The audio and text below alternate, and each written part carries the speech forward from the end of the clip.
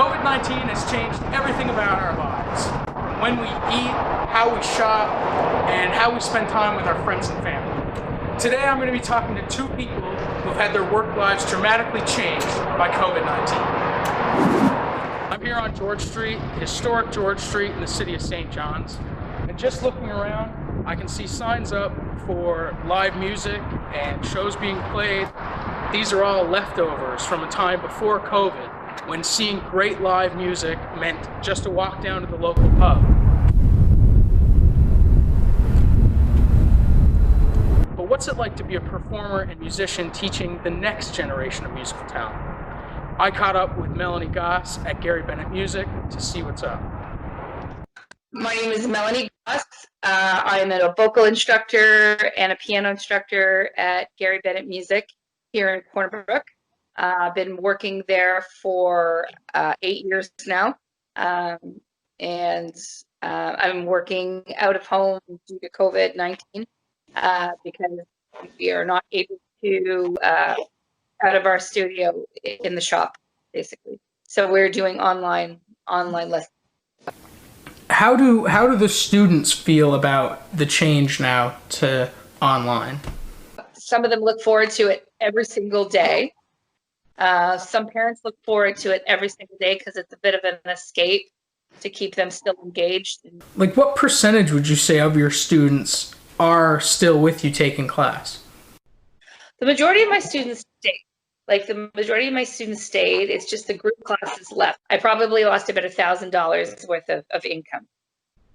Do you think right now, with the class sizes and the amount of students still enrolled with you and with Gary Bennett, do you think that this business would be sustainable? I think Gary Bennett is going to be very sustainable with their children. All the hoops you have to jump through, all the struggles and challenges in the transition, has it all been worth it? It's always worth it. Well, all right. This has been great. Thank you so much for talking to me. Thank you. Remember dining out at a restaurant? Enjoying our favorite meal is probably something that most of us took for granted. Now, restaurants are struggling to adapt their businesses to the change in reality. I talked to Ken Pittman, the owner of Sato Restaurant and Bar, about what his business is doing amid all the changes. Ken Pittman, I own Sato Kitchen and Bar. Right now, Sato Kitchen and Bar is just operating on takeout. Typically at Sato, we didn't do takeout because I didn't believe the food traveled super well. So, I mean, we had to make a pivot and come up with comfort food that typically travels a little better as takeout, you know?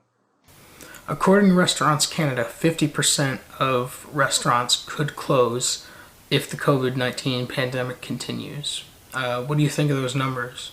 I believe every bit of that and maybe more. You know, again, we're an industry that's built on hospitality, and especially in Newfoundland, our tourism business in the summer is what helps a lot of places get through the winter, you know, and we're not going to get that this year.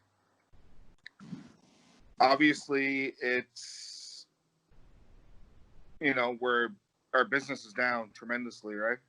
You know, I know my business is down about 65%. You know, that's a huge number to overcome. Do you think there's been enough help from government, the city, to help small businesses right now? Yes and no. I mean, I know they offered some things, but it's just you'd like to see immediate help for restaurant industries and small business. You know, it's not just us that's going to suffer. It's small business that drives our economy here. So, Ken, is there anything you'd like to say to end off? I wish people would support local business more, especially restaurants, you know what I mean? Instead of ordering from your big box stores, maybe try a little mom and pop shop, you know, or locally owned business. Hey, thanks for talking to me, Ken. Yeah, no problem. So I've just spoken to two people from two very different businesses who are both trying to adapt to the uncertainty of the COVID-19 pandemic.